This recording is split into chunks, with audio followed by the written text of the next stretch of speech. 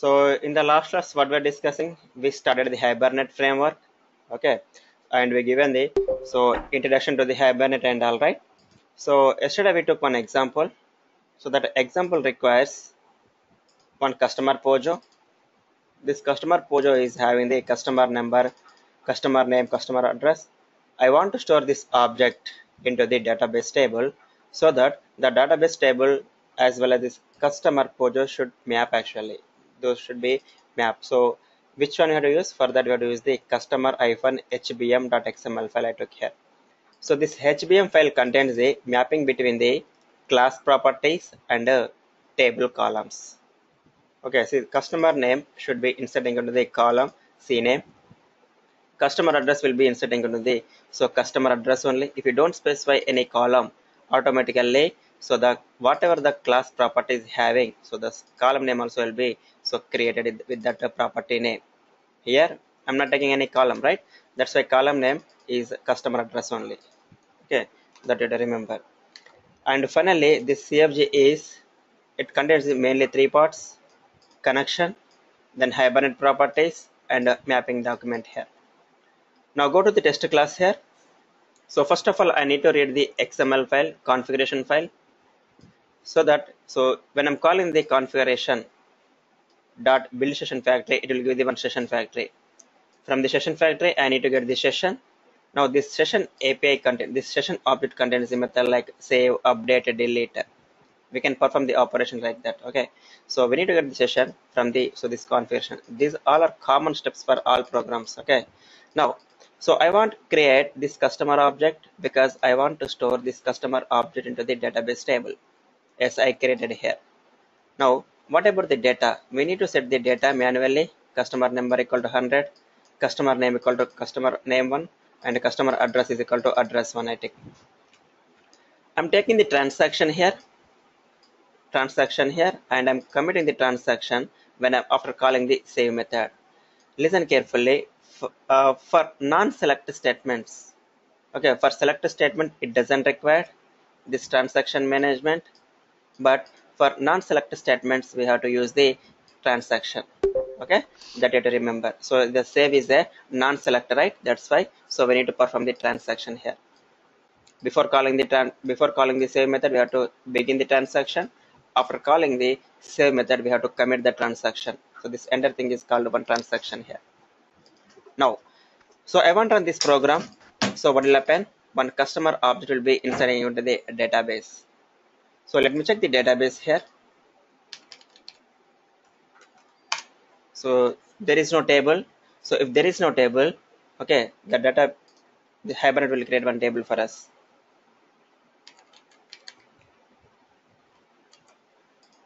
So I stop this database server. I want to start the database server. Oracle 10G, start database server here.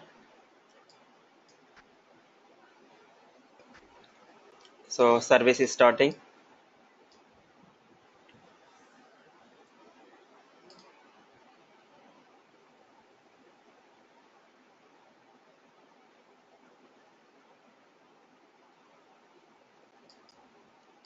Still starting. Service started successfully. Now run this, issue this request. So this is not required now. I can close. What is this?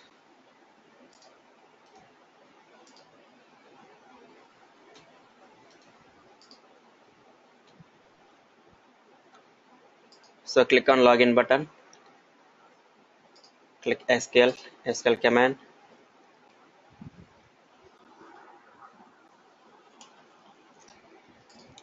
So select star from customer.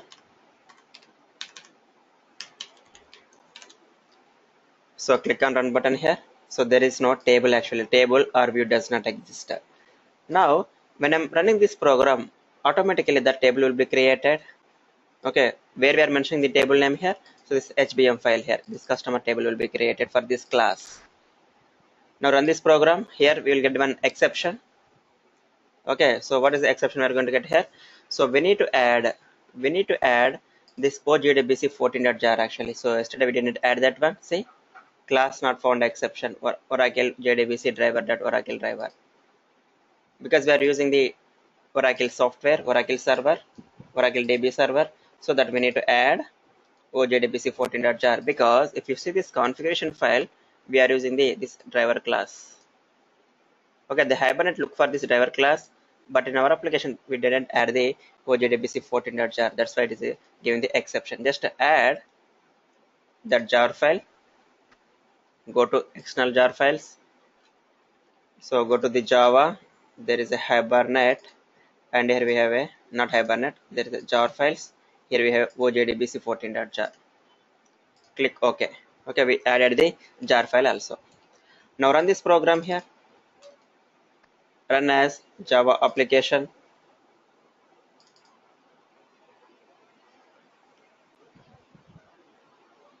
See, Hibernate generated the one insert statement, insert query, insert into customer name, customer address, C number. So corresponding value will be assigned to the these columns. So customer insert successfully. Go and check in the database. So table got created. C number, C name, and C address here. C customer address. What is that? 100 customer name 1, address 1 here. Okay. So similarly, I want to create one more record. 101 customer number name 2, address 2. Run one more time. Run as Java application. See, this much of time taking actually. See, generating queries in the background. That's why. So little slower compared to the JDBC actually. So this much of time it is taking. Now go and check in the database. Select star from customer. 101 customer name to address 2. So in this way, so we can perform the insert operation. Okay. Next. So I want load one object from the database. Then, so which method I have to use? So for that we have to use the load method only. For example, I want to get the 101 record. So how can we get the 101 record here? Now open the test program here. So I'm removing all the things. We have a session and session close and session factory close. Now in the session object we have a method called load method. Session dot load. Okay, so which class you want to load? We have a customer class, right? Customer dot class file. Okay, what is the ID? Okay, so here we need to provide the ID new integer. We have to use the object integer of 101 here. Okay, so generally, so this load method will run the object like this, object obj. Okay, we need to typecast this obj to the our customer class. So here customer C equals to, I'm taking the customer dot obj, or else instead of taking the two lines directly you can typecast here customer. Here instead of object you can take the customer C. Now you can remove this one here. Okay, now for loading we loaded that object. We have a customer object. Now for loading we don't require the transaction scope. That means for loading transaction scope is not necessary. Now so system.out.println here, loaded object got loaded. Now I want to get the customer name here, c dot get customer name. Okay, here I'm not taking any transaction, just for loading it is not required. For insert, update, delete may require a transaction, but loading it is not required. Simple. So this 101 record is loaded, and that will be loading into the separate object here. Object is loading, that's it. Not record. We cannot say record. Record we can say in the JDBC, but coming to the Hibernate, so we have to call them as objects. Object saving, object retrieving. Now run as Java application. So then, so which SQL query it will return now? Select See this one, select query it is returning based on the this id customer number equal to question mark here. We provided that one at one, right? So customer name equal to here loaded object, the name it is printing here, perfectly valid. Okay, so this is about the loading of object. That's only single line. This is the only line we have to use. That's it. Remaining all are same. This is about the thing here. Next one, I want to delete the object. Okay, so we loaded this object. Now I want to delete this object actually from the database. Then, so which one I have to use? We have to use the session dot. There is a method called delete. We need to pass the object. We are deleting the object. For this delete operation also we required what? Transaction. So session dot. There is a method called begin transaction. So what it will return? It will return the transaction object tx. After completing the delete, I need to call that commit method. That's it here. So that object will be deleted from the database now. Okay, object got deleted.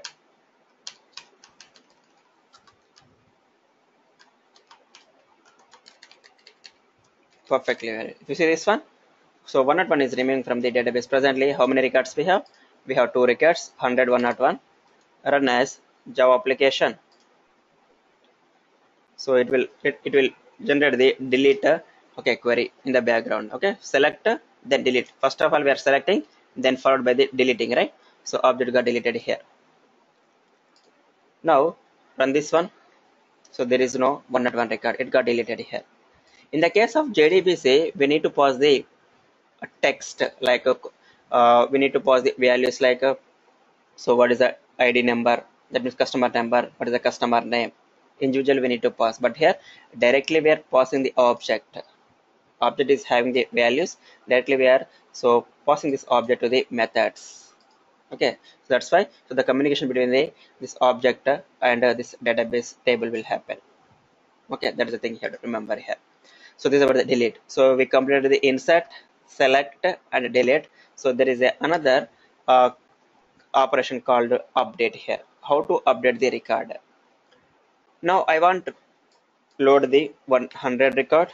So presently we have a customer with the 100 customer number, and I want to modify this one. C dot set customer address. Just I want to write the phone some address I'm giving here. Now I don't want to call the update method here. Just I loaded the object and I modified some data to that object, and I want to issue this a commit. That's it. So we need to call the transaction. So transaction it will give tx and tx dot commit here. So in this case I'm not using the session dot update. I will explain why I'm not using that one. So there are two approaches actually. We can use the first approach or second approach for updating the database object. So in this case what will happen, whenever we are loading this object, listen carefully, whenever we are loading this object, that object will be stored into the some cache memory. There is a first level cache and second level cache. So this is about the session level cache is nothing but first level cache because we are in the session. So session.load means it is loading the 100 object from the database and it is storing into the first level cache. Now, so we are modifying some data to that object. The modifications will happen to the first level cache only, not into the database here. We modified something and that will be updated to the cache memory, first level cache. Whenever we are calling the commit method, internally it will call the update method. Hibernate will call the update method. So but that update method will be called so is there any change? That's it. If there is any change, okay, then only it will call the update method. Otherwise it will not call the update method. For example, so before modifying, what is the customer address? Here address 1. Here there is a change, then it will check the database object and a cache memory object. Is there any change in between the two objects? If there is any change, then automatically it will issue the update command, update method here. When I'm calling that method, automatically the update method also will be executed if there is any change between the objects. the objects between the objects in the cache memory and the object in the database table. So what I'm trying to say is Hibernate automatically maintains synchronization between the cache memory and database table objects. Database table objects. If you see this one, run as Java application.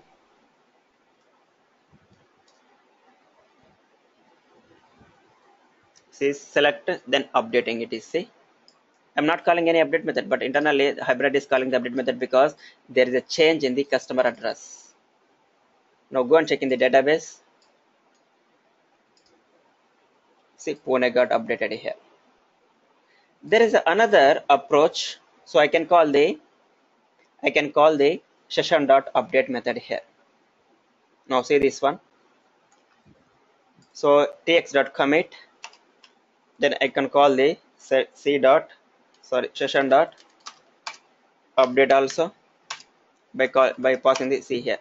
Now c.set whatever we have, and customer name I'm taking the Tata something I'm taking here. So in this case, what will happen? So the 100 object will be updated to the database directly here. Here we are calling the explicitly we are calling update, but in the previous case also that update method is called by the Hibernate. Okay, that means in that case it will check this synchronization. Here also it will check the synchronization, but I have explicitly calling. Then Hibernate will not call the update. We are calling, that's it. Now see this one. Run as now Pune to Hyderabad, just something, some change. That's it. Run as Java application. So what is happening here? So it will call the update method and all.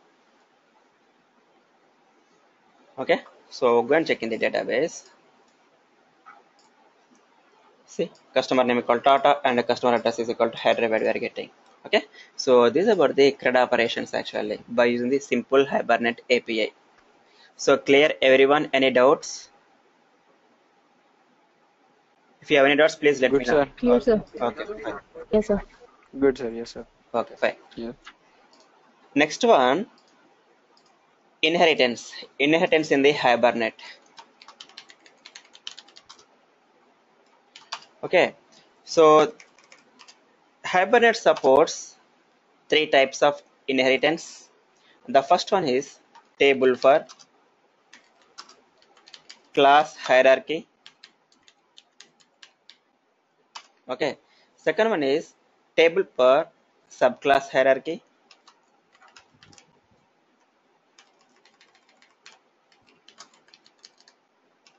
So third one, table per concrete class hierarchy.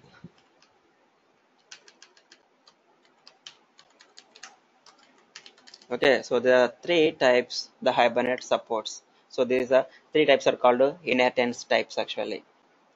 Okay, so compared to JDBC, we have one main advantage in the Hibernate. So there is nothing but inheritance only. In the Hibernate, we cannot perform the inheritance actually. Okay, that means suppose if we have base and derived classes. Now I want to save the derived class. Automatically, the base class also will be stored into the database here. Okay, so there are 2 classes. Let's assume here.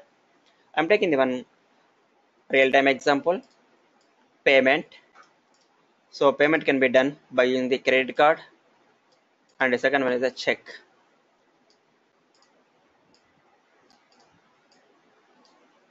So this is a super class, so the child class. Okay, now here we have a payment, and here we have a credit card, and here we have a check. Okay, now see this one. So this is about the derived class object. So this is also derived class or child classes, and this is a base class. Okay, super class or child class I can say.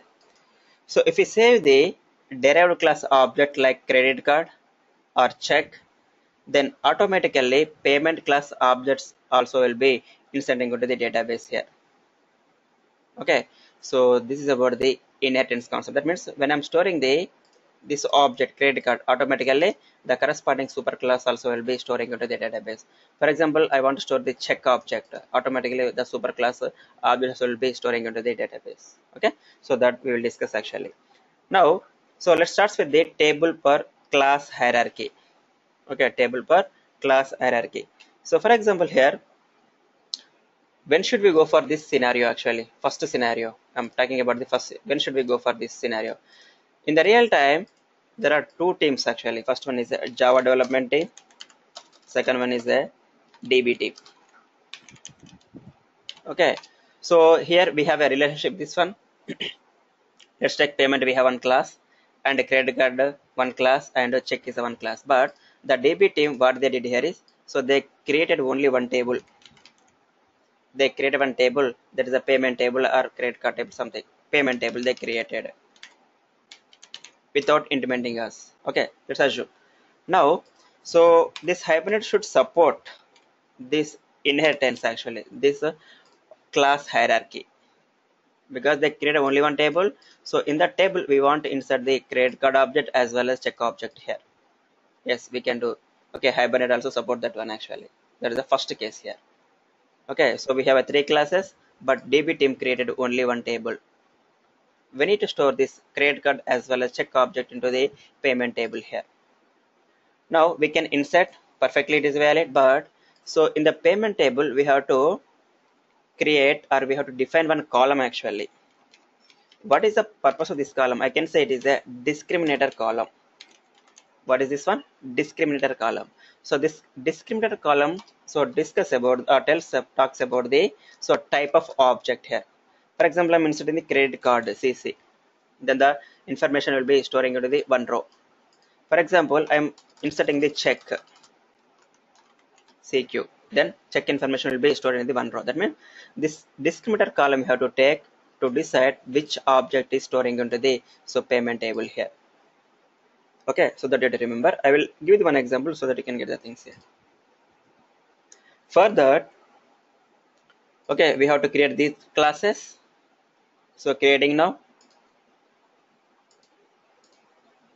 We have a package, new class, payment class, right? We need to create payment. Rename this one.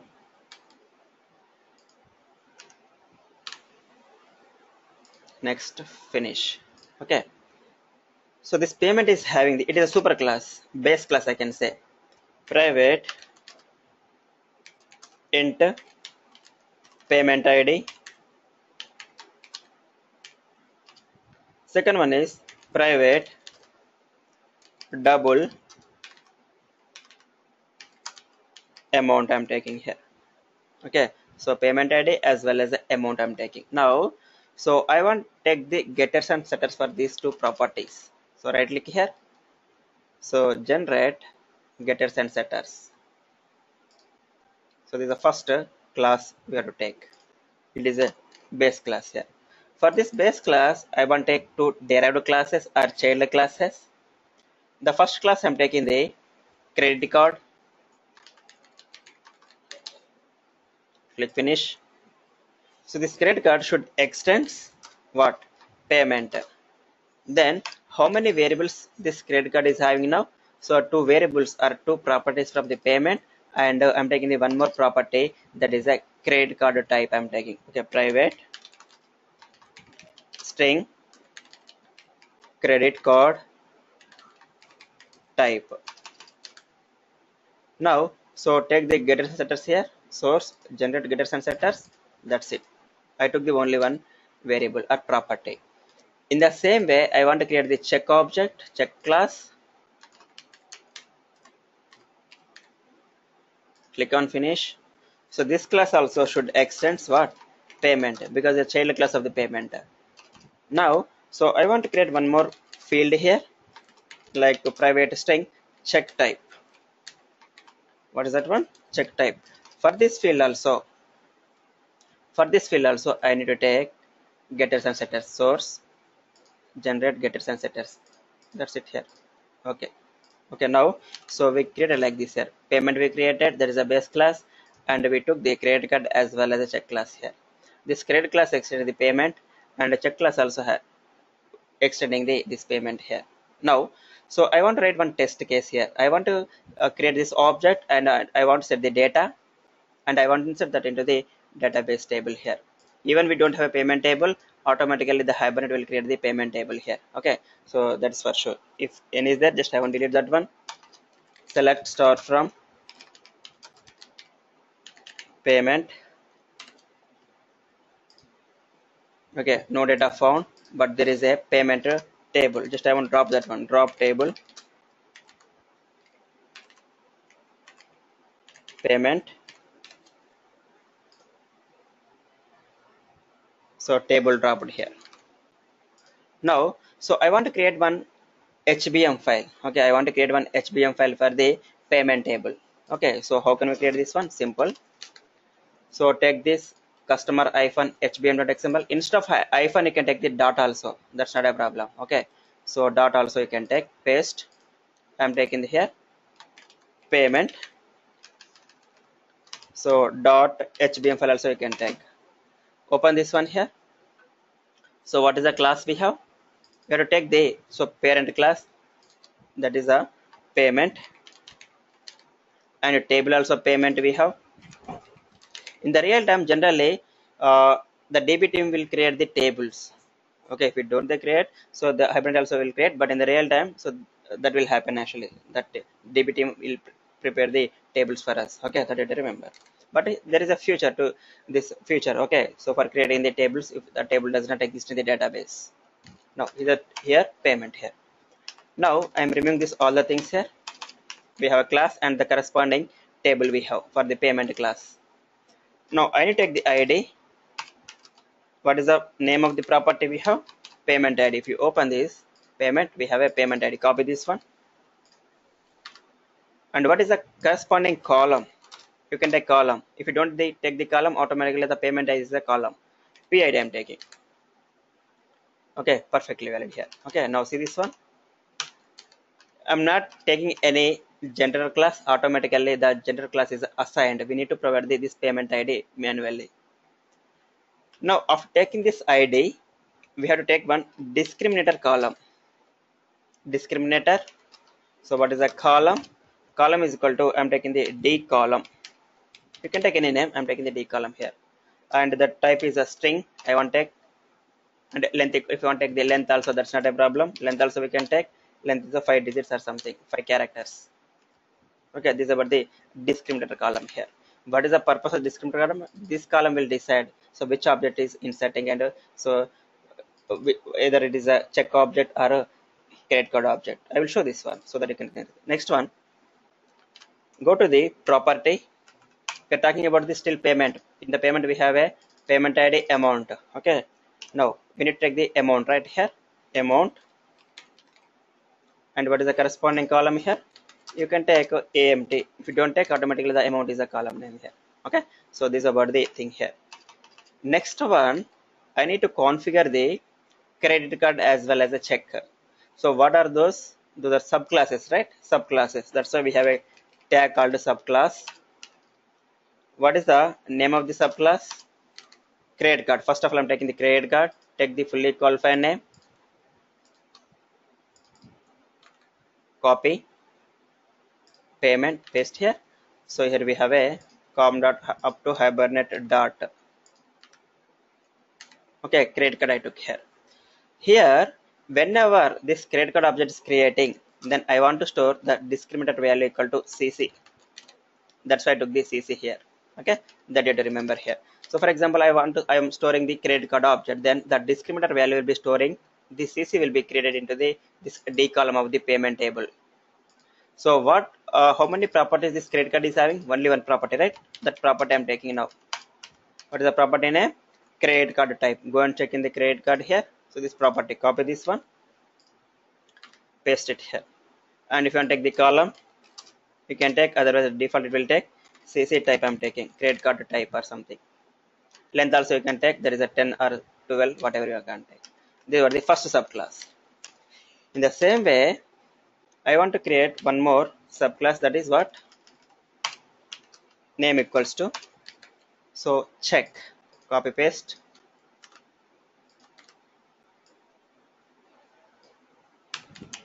check here. And what is the discriminator value? Value equal to CQ I'm taking here. That means whenever we are storing this check object into the payment table, so in the discriminator column, so this CQ will be stored, so that we can identify, yes, CQ means it is a check object, CC means it is a credit card object. Okay, so this is the definition. Now how many properties we have? Only one property, that is a check type. Copy paste here. And if you want to take the column also, you can take, that is a check type, or if you don't take also, that's not a problem, automatically that will take care about the thing here. So this is about the mapping document for the, so payment and all. Okay, payment and two subclasses here. So first thing, what is the first thing here? Table per class hierarchy. We have three classes, but in the DB we have only one table, then we have to choose the first one. Okay, that you have to remember. Now we create this payment. Okay, so it is a spelling mistake, remove this R. So copy this one here, name, where we need to mention this name? In the configuration file, mapping document we have to write right here, say mapping documents. So mapping resource equals to payment.html file here, that's it. Whenever we are loading this, automatically the classes and will be created automatically for us. Okay, so this is about the table per class hierarchy here, simple thing. Okay, so what I took here, so how can we know whether which object is there storing? So that will be decided by the which column? D column, that is a discriminator column here, discriminator column here. Now see this one, so I need to take one test class here, so remove this one.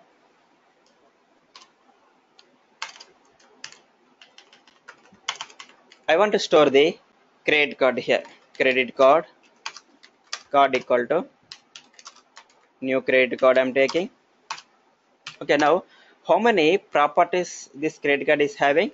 Okay, two properties from the parent class and one properties from the, okay, so which class? The class itself, like credit card itself here.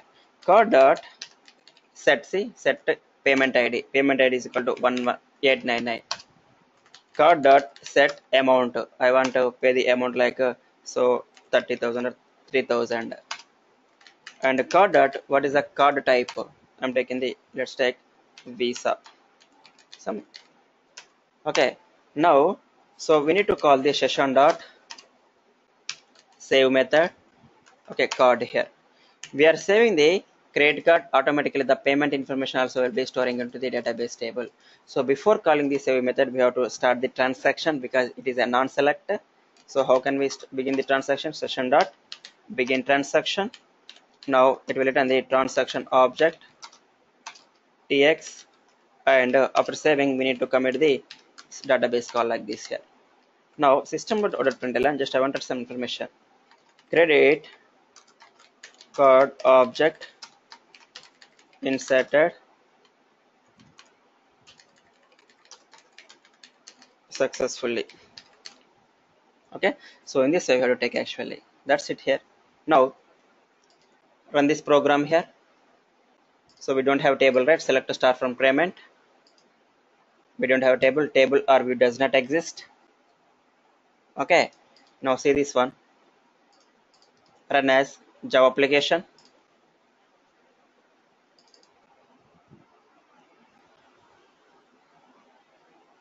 So it is taking time. See, payment table got created. In that payment table, amount is created and type, okay, CC type, and a day column and a PID. So why it is CC type here? Because credit card type, we are not storing the check type. Okay, so if I'm taking the check type, then CQ type, some column will be created. If you see this one, go and check in the database, select a star from payment. See this one, so PID, D column check, and amount equal to, so 3,000, and CC type, check type is this credit card type equal to Visa. So this C type, check type is empty because we are not storing any check information. And if you see the D column also, it is a CC credit card. Now I want to store the check now. Go to this one, instead of credit card, check C I'm taking, new check. Okay, so see here. So instead of, so these two properties are same, payment ID and amount. I'm taking the 4,000 amount, and payment ID I'm taking the 888. Now instead of this credit card type, which one we have? We have a check type. I'm taking the like a ICICI something, and we have to save the, so C. Now I'm storing the check now. So how the database, how the record will be inserted? So 88888. So in the D column it will, CQ it will insert, and amount will be 4,000. In this case, this CC type is empty, but C type is equal to, so ICS it will insert here. Now see this one. This is a check.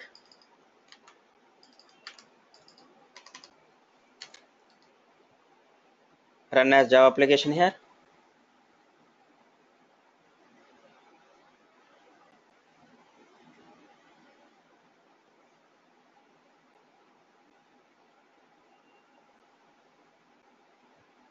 Okay, see this one, payment. Go and check in the database. See that much of time it is taking. Series. So this ICICI and CQ it is printing here. CQ it is inserting. Okay, so in this way, so we can use the table per, okay, so table per class hierarchy. So what is the mismatch actually? So the Java developer will create the 3 classes, but the DB team created only 1 table. In that case, we have to choose the table per class hierarchy. This is the first thing here. So second one here, when should we go for this second approach? Table per subclass hierarchy here. Okay, so in this case, the DB team created the 2 tables, one for the credit card. Okay, so one for the check type here, or I can say payment as well as credit here. Now in this case, what will happen? See, so for that, that means if we save the credit card class object, then first Hibernate will save the data related to the superclass object, that is a payment. Okay, superclass object into the superclass related table in the DB, and then credit card object data will be storing into the credit card related table in the DB. That means, so first base class data will be saved actually. So this is a payment and credit card here, and similarly payment and check here. That means X number of classes is equal to X number of tables in the database here. That you have to remember here. Okay, so in that case we have to use the table per subclass hierarchy. Okay, how many tables it is creating? 3 tables here. So for payment 1 and credit card and check here. That means, so if the DB team creates the 3 tables, because we have 3 classes, right? And if the DB team creates the 3 tables, payment table, credit card table, and check table, then you have to use the table per subclass hierarchy. Okay, so next one we'll discuss concrete class hierarchy later here. Concrete class means, so these two are the concrete classes. If the DB team creates the 2 tables, then we have to use the last approach. First approach here is if you have only 1 table, and second approach is if you are having the 3 tables, and so the third approach is if you are having the 2 tables here. So maximum that, so they create these type of, so only these string types only. Other than that, they won't create actually. Okay, that you have to remember. Now that means, so for example, I want to save this credit card object now. Automatically what will happen? The payment data will be storing into the payment table, and the credit card data will be storing into the credit card table. For example, I'm saving this check object here. Then payment related information will be storing in the payment table, and check information will be storing into the check table here. That means 3 tables will be created here. So the relationship is like a foreign key actually. Okay, so I will give you one example so that you can get the things actually. Okay, now go to this one, same example, payment.hbm file here, payment only, table equal to payment. This is a superclass table, so automatically will be created. Now this discriminator column is not required now. I'm removing this one, not required, because we have separate class, separate table for separate object. Now here what we have to take here is, so instead of subclass, if I'm taking the second table per subclass here, we take the joined subclass we have to take. What is that one? Tag joined subclass. Name we have to take, and what is the corresponding table for that class. Okay, for here discriminator value is not required, then it is a table it will asking. So if the table is not there, it will create the table credit card. That's it here. And so property credit card type only. Okay, but here we have to use the one key column dummy one here, because it is a foreign key relationship here. So whatever we are storing in the payment, that ID will be storing into the credit card. If you see this one, this is a key column. You can take any name. I'm taking just dummy one. You can take any name. I'm taking the dummy one here. In the same way, I will explain this. What is a key column and all. Once we run the example, we'll come to know. Next one is the giant subclass, check class, and here instead of a discriminator value, what do you take? We have to take the table. So table I'm taking the check. So the property should be same, but the key column dummy 2 I'm taking here. So key. So column equals to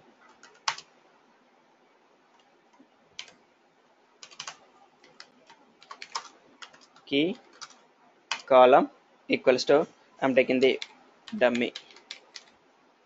Okay, so dummy 2 I'm taking here. So why I'm taking this key actually?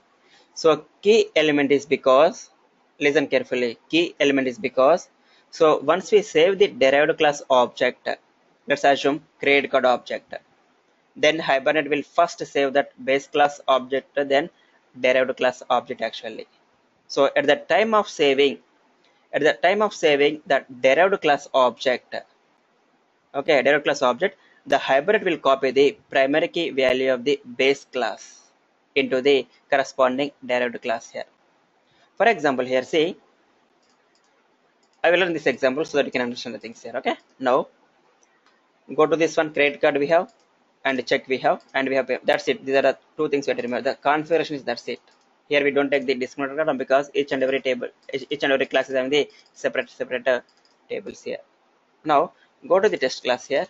I'm saving the check class object here. Now before that, I want to drop all the tables, drop payment, and drop if there is any check table, and is there any credit card. I want to drop this one.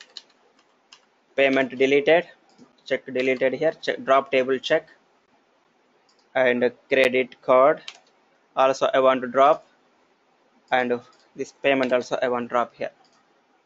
Okay, so 3 tables are dropped here. No, there is no table with the check, credit card, and now so run as Java application here. Let's see. Only the changes, that's it. Only the giant subclass we changed.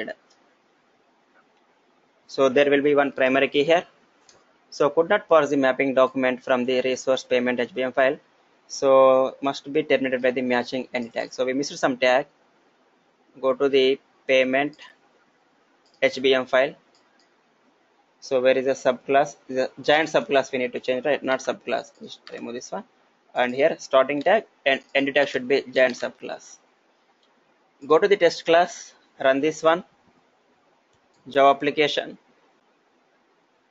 Here, what is the payment information? 888 and 4000. What is the check information?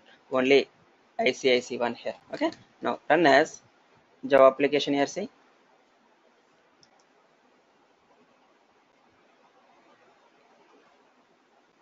It's taking time. See.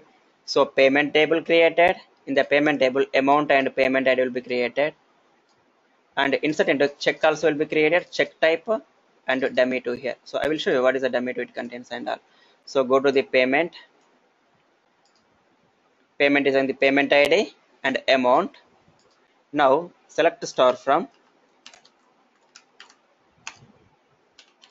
I'm taking the check. Now this one here, see. So what is the payment ID here?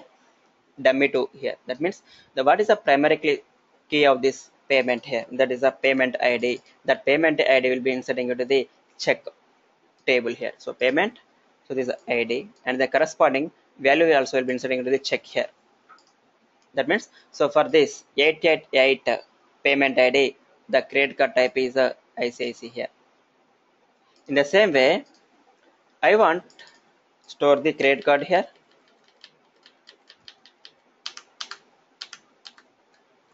Okay, 899. So this 899 will be created into the payment table as well as the corresponding derived class, that is a check, that is a credit card here. Run as Java application.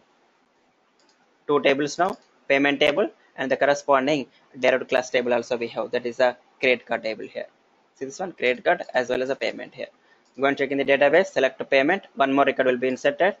See, 888, this is 899 and 3000. Go and check in the this credit card here.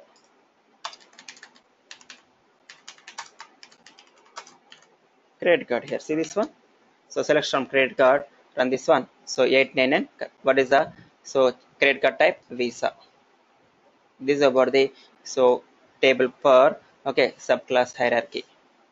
That means, so the DB team is created the three tables, then we have a three classes, then you can choose the second option.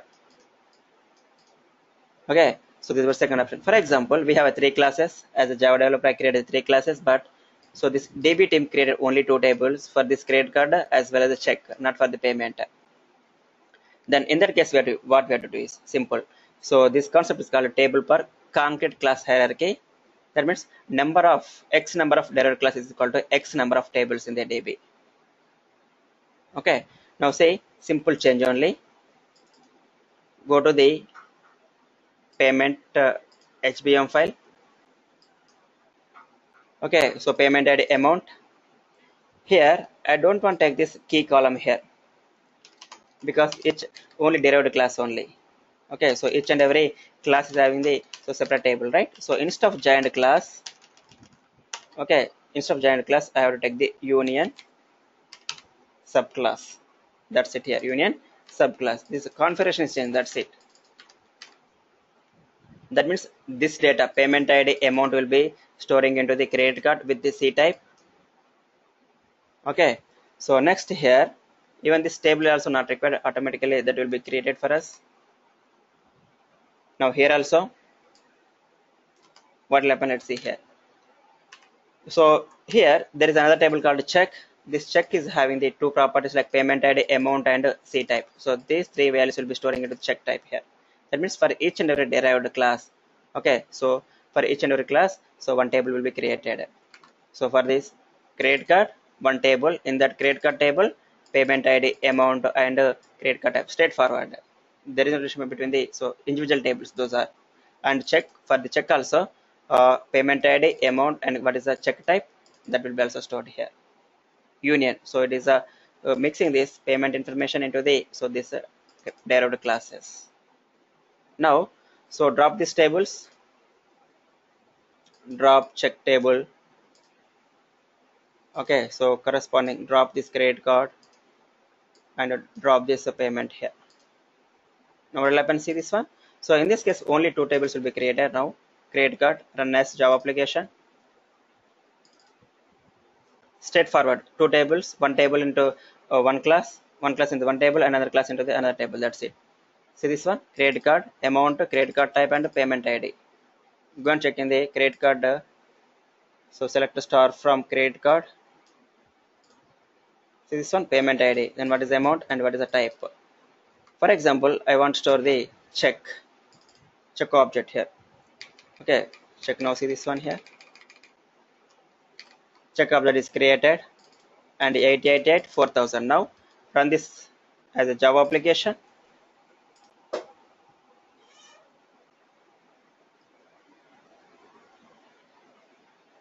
See, check amount and payment ID corresponding check type here.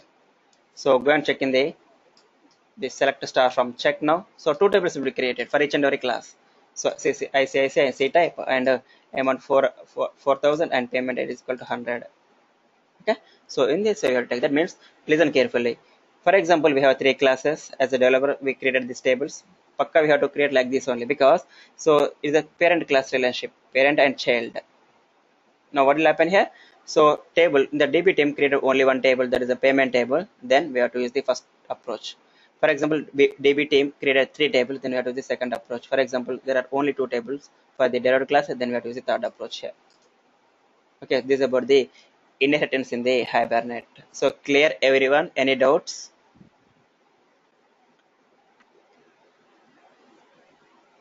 Clear, sir. Okay, fine. Sir, then the foreign key will be stored in the key, right, sir? Exactly, correct. So whatever the primary key is available in the master table, that means payment table, that will be storing into the this credit card table and check table here. That is the second approach. So, but in the case of third approach, there is no primary key and foreign key. Simple, only one table. So the table. So there are three properties. The three properties will be storing into the individual tables. Okay, clear? Okay. So in the second key, yes, sir. So in the second key value in the XML, right? So in that the foreign key relation second table will be stored, right? Yes. For the second approach, the foreign key will be storing into the second table. Okay, payment ID is like payment ID is equal to 8088. Okay, so payment amount equal to 700 I'm taking here. This payment ID is nothing but primary key. That primary key will be storing into this credit card table also. Okay, like a dummy column I'm taking, like it is a payment ID, and credit card C type, CC type I'm taking. So in this case, payment ID, what is that one? 8088. For that 8088, so credit card type equal to Visa I'm taking here. In the same way, so I took the dummy one, dummy two. You can take payment ID actually. So because this here we have payment ID, right? Payment ID it is. Yes, sir. Yes. So here also payment ID and check type. Now payment ID equal to 888 and check type equal to ICICI. Okay. So this is about the foreign key and relationship here. So clear, Kranti? Hello? Yes, sir. Yes, sir. Okay, fine. Yes. So tomorrow we'll discuss about the HQL Hibernate query language. Okay. So it will take 1.5 hour class. Okay. So tomorrow we'll finish that one, and we have to discuss about the relationships one-to-one, one-to-many, and the caching mechanism. Then finally we'll discuss about the Spring ORM. I want to integrate this Hibernate with the Spring framework. We'll take one CRUD operations. So there we'll discuss. Okay. Yeah. Thanks everyone. So we'll meet tomorrow. So I will see that resumes you sent, right? So I will update in it. Okay. Actually, I'm not getting the time to see those things. So I will see today and tomorrow I will update. Okay. Okay, sir. No problem. Okay, no problem. Okay, sir. No problem, sir. Yeah. Thanks. Bye. Akka, mute Akka. Yeah.